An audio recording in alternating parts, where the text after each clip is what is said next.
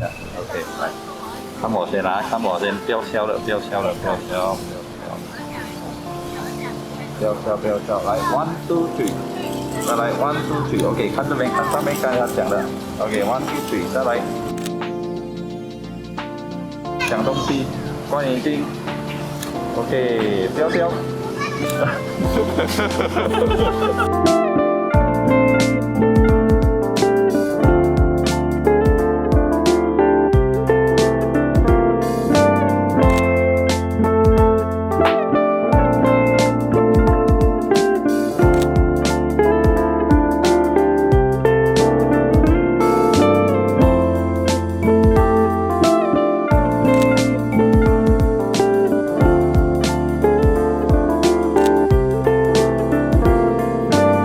今天我是要聊名将光学 TT-A-DISON 暨气功匠 7-A-DISON 的 35mm f1.4 的镜头，刚好他们各自都有一支徕卡 M 卡口全画幅的手动对焦镜头。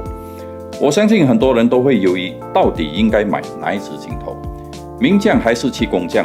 两支镜头的价格也相差不远，各自的价格大约是在马币1700到1900左右。这次镜头的测试，我邀请了一位朋友一起来做测试。他会使用名将 TT-A-DISON 的 35mm， 配合他的徕卡262来拍摄小姐姐的照片，而我就使用气功匠 7-A-DISON 的 35mm， 配合徕卡 ME240来拍摄。我们今天呢就来一个 Two Photographer One Model Challenge。So 现在我们会给each other5分钟时间，然后你带模特到处乱跑，然后我们到时候再把那种照片来share出来看呢。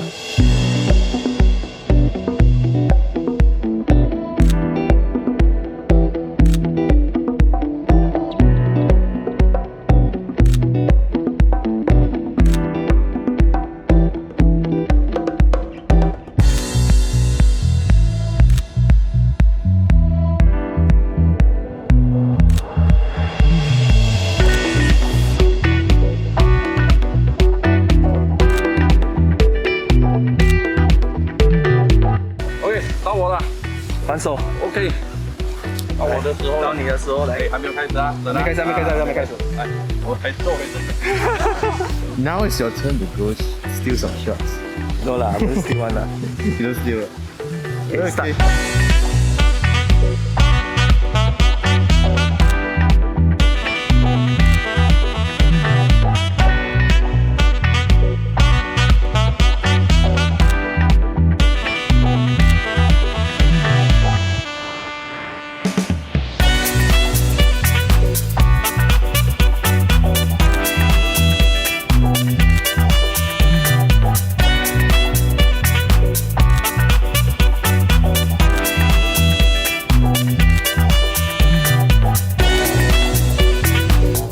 用做的是 TT-A-DISON，因为这支 7-A-DISON 它的 vignetting 也是很严重一下的，应该不是讲严重，这个应该是这两支 lens 它的特质，即使打开机身上的那个 lens profile， 这两支 lens 它是不能 auto correct 这个 vignetting 的，是吗？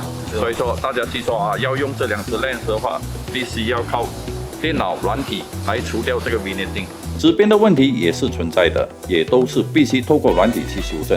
两支镜头只有稍微变形的存在，算是表现很不错的。不过它的光圈从 f1.4 到 f22 都是以一级一级的改变。不过这个 7-A-DISON 是以单级，不过你这是从最大 f1.4 到 f16 而已。7-A-DISON 是可以到 f22。这两支镜头的重量大约是在400到410克左右，相差不大。气功匠就比较长一点，都是使用49mm 的粒径。这两支镜头的最近对焦为0.7米。最大的差别就是名将是使用四方形的 lens hood， 而气功匠是使用圆形的。7-A-DISON 的 hook 就是 built in 了的，不能拿下来的。哦，这个就有一点哇，我不行了，这个好像。两支镜头在 f1.4 光圈全开，中央部分的锐度算是可以接受，边角就很软，应该边角锐度不是这两支镜头的强项。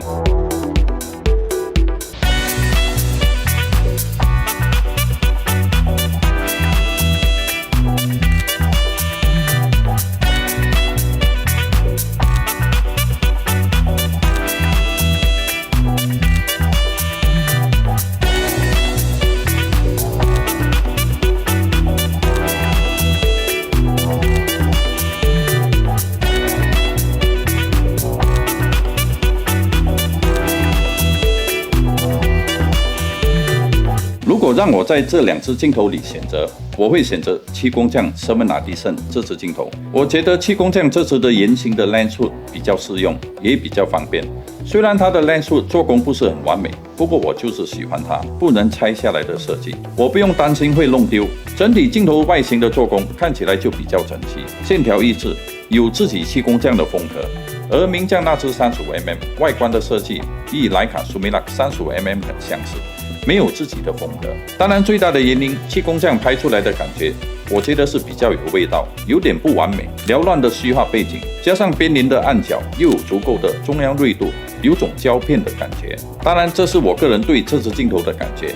名匠的35mm 也不错的，就看你自己的感觉及眼光去选择吧。名匠或7工匠这几年推出的 M 卡口镜头，其实对想尝试旁轴相机的人提供了一个非常不错的选择。